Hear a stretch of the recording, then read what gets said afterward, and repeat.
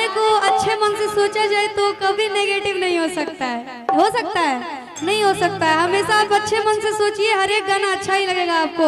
और सभी लोग पॉजिटिव सोचेंगे तो पॉजिटिव ही होगा ना जी।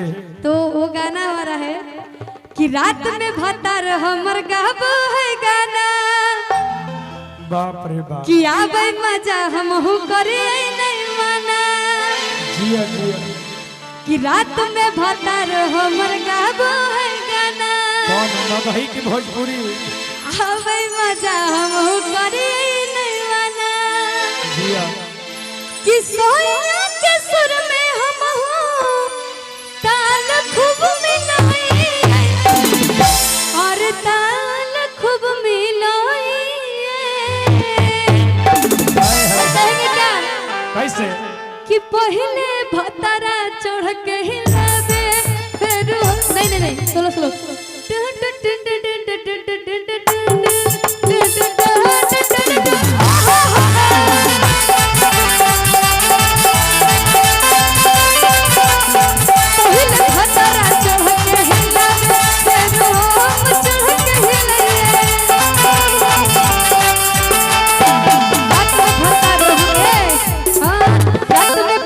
हमर गाबो है गाना।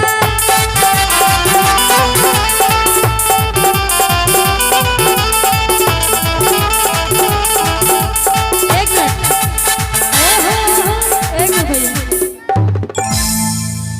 कि रात में भतार हमर गाबो है गाना, आबे मजा हमरो करे नहीं माना।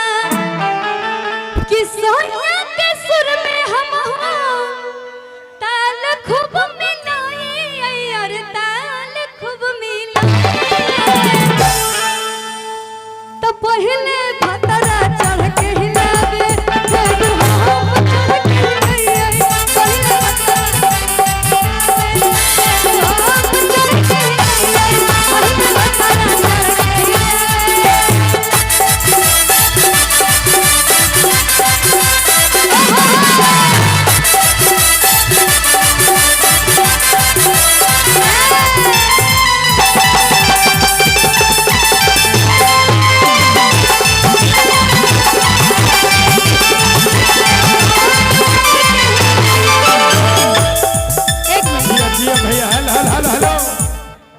देखिए, और कितने सुंदर से गा रहे हैं कि रात में भातार गाना गाता है तो ये भी सुर मिलाती है। सही बात है। अब पहले भातरा चढ़ के हिलावे, बाद में हम खूब हिलाइए। हाँ, है ना? हाँ। अच्छा भैया, अच्छा लगला ना? तो क्या हिलाने का बात, थोड़ा जरा ही बता दीजिए आप। एक मिनट मिनट बता सकते हैं। नहीं नहीं, आप सोच क्या रहे? देखिए इसीलिए बोले नेगेटिव इंसान को सोचना नहीं चाहिए। क्या आप बताइए, क्या क्या सोच रहा है? हम क्या मतलब हिलाने का बात क्या कर रहे हैं, बता दीजिए बस। ये तो आप ही बता सकते हैं। इसका अर्थ बता दीजिए, हम जान जाएंगे। देखिए, हाँ। यहाँ सुर मिलाने की बात है। और फर्स्ट लाइन क्या है? रात में भतार हमर गाबो है गाना, है ना? यस, रात में भतार हमरो गाबो है गाना। हाँ। है ना? आने जब मन लगता है, हाँ। कहावत में, आप लोग देहात में एक कहावत है कि मन उमके तक गावे गीत, है ना? जब मन उमकता है तो संगीत यानी बनता है जी। और जब संगीत बनता है तो धीरे धीरे मन भी हिलता है और शरीर भी हिलता है जी, है ना? कि पहले भतरा खूब हिलावे, यानी पहले हमारे राजा जी खूब झूमे और उनको झूमते हुए देख करके हम भी झूमने लगे। एकदम सही बताए। इनके लिए एक जोरदार ताली होनी चाहिए सभी लोग। वाह जी। और सुनिए एक मिनट, हेलो, और एक मेरा बहुत प्यारा गाना है, हम चाहेंगे कि आप उस गाने को गाइए। हम पहले गाएंगे, उसके बाद आप गाइएगा, ठीक है? हेलो। कि कहना हो तरुआ ये करा के खेले तो हो राजा जी, कि कहना हो तरुआ ये करा के खेले तो हो राजा जी। तो गोले गोले डुटिया हमसे नाय गले तो हो राजा जी, गोले गोले डुटिया हमसे नाय गले तो हो राजा जी। कहना हो तरुआ ये करा के खेले तो हो राजा जी।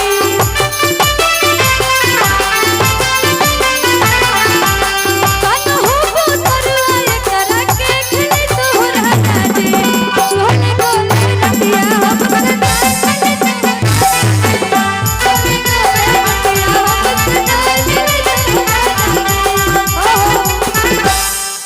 चाहेंगे कि आप ये हेलो, देखिए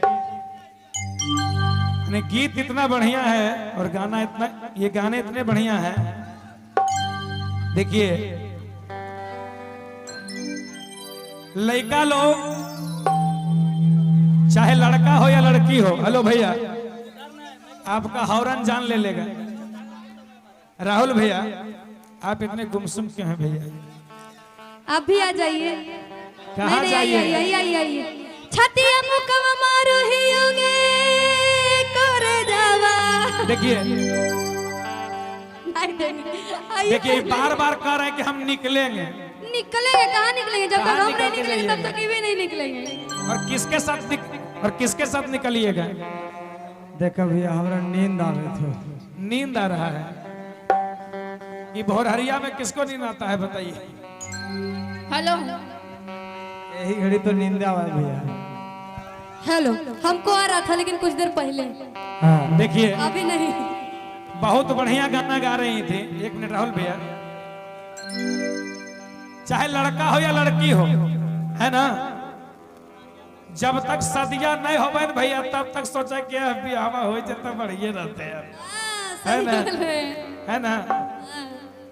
खाली बाबूजी कहा है कि बेटा बहुत बढ़िया एगो लड़की छो, बिया कर भी तब भीतरस तब मना रहबे करा है ना। हेलो, ए जगह पर सीटी मारा जाता है, बिना मतलब को सीटी मार रहे हैं। यहाँ पे कोई पटने वाली नहीं है।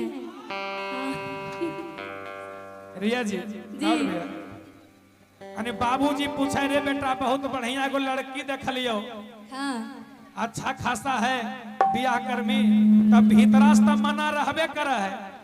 लेकिन उपरास कहते नहीं बाबूजी अभी कम से कम 2 साल नहीं। बाबूजी कहते रे बेटा अरे माँ अकेले छो, कते दिन जीतो तो बियाह कर ले। ठीक है बाबू जब ऐसा बात कर ले। पहले कहे छे ना, आ जब बियाह होवे छे न त तनको देर नहीं लगे छे। हनीमून मिला, हनीमून भी गोवा गोवा मनावे के गोवा समय नहीं। गोवा है ना? सिमला गोवा।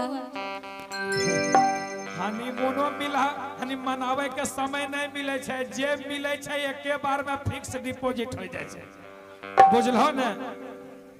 आ दुर्गा पूजा आते आते सोचा है कि दुर्गा पूजा में जब दोनों मेला देखे तब तक दुर्गा पूजा से पहले है ना नूनू हो जाए छे। अब कहे चाहे हो खेला हो, अब यो हो परेशान कहे चाहे हमरा से नहीं समर्थ बुत्र उतर कल के अगर तो नहीं रखबो तो खाना बनावे के समय भेला क्या बनैते त कहे छे ए जी तनी समझौन हमर बात के जी बुझो जी। अरे काने छबू तरुआ ये करा के खेलैते हो राजा जी। वाह अगर तो नहीं खेले हो तो क्या खेलते है ना। अरे जहां ने चॉकलेट न ले ले ने होते ते कागज ने चॉकलेट टॉकलेट दिवा दियो तनी। अरे थोड़े देर रखबो, इतने देर में तब तक खाना बना लेबे करके देखो हमरा से तो एकरा गोदी में रखे अब तो खाना बनाओ।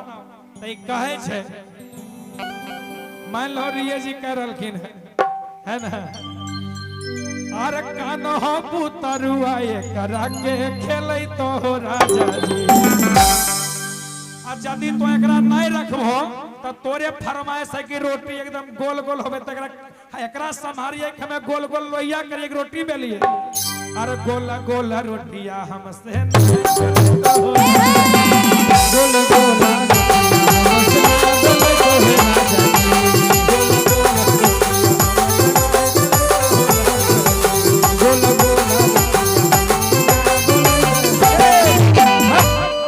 आगे देख ले लियो जाहियो हला करे जी। और लड़का लड़कियों लगा देंगे।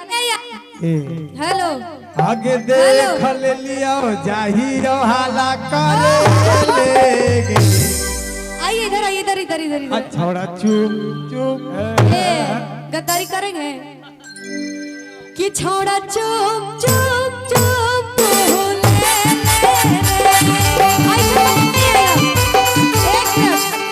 जैसे हम लेते हैं उसी तरह लीजिएगा। इधर आइए। हेलो देखा हेलो हेलो बिना साज के कुछ शोभा नहीं है जी। हेलो हेलो तुम बीच में रहो मैडम। हेलो कि आगे देख ले लियो जाहियो हाला करे कि आगे देख ले लियो जाहियो हाला कि छोड़ा चुप चुप तू ले ले रे छोड़ा चुप चुप तू ले ले आगे देख ले लियो जाहियो हाला करे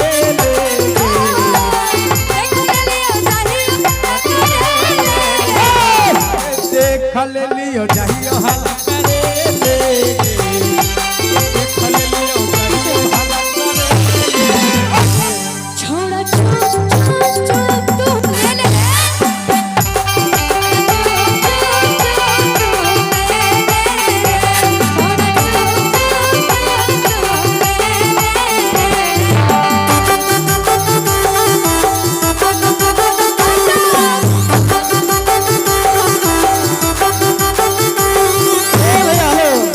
हाँ भैया तो कह रहे हो कि देख ले लियो जाइयो हला करे ले ओने रिया जी कल कि चुप चुप तू ले ले आइने जे निसो लगल है लेकिन ओने देखो वर्गे मास्टर के ऊ की कह रहे है अच्छा लगे छौड़ी का कोल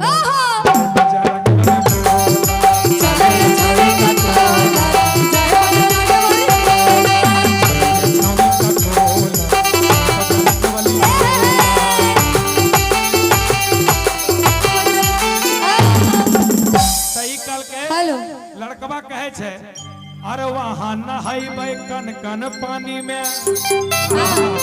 त निशा जी कल के ओकर बाद की जब नहाइए लेबे तो ओकर बाद की ओने छै बहुत जगह टपा टप टपा टप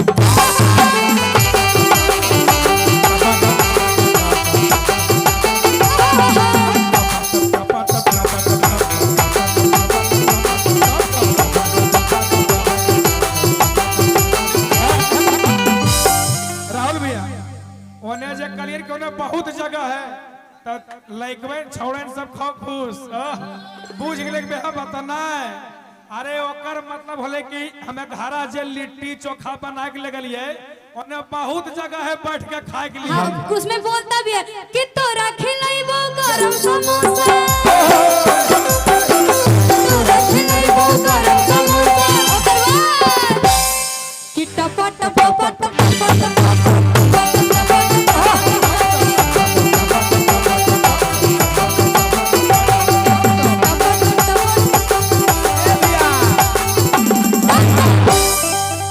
करिया करिया साड़िया ले लिया झरिया जाके गे बेल जलन कर पटना से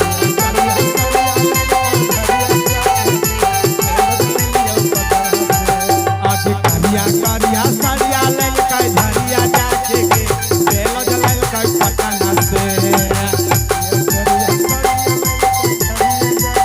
ए भैया गाना कहा कि कोलिया ढोड़िया ना पइगे हेलो हेलो हेलो आए हवा ले रहले पर दे माइकवा पीछे नहीं घुमाना ठीक हां है ना कि कोलिया ढोड़िया ना पइगे हमार चार ना पाना जिया जिया कि आगे करिया करिया साड़िया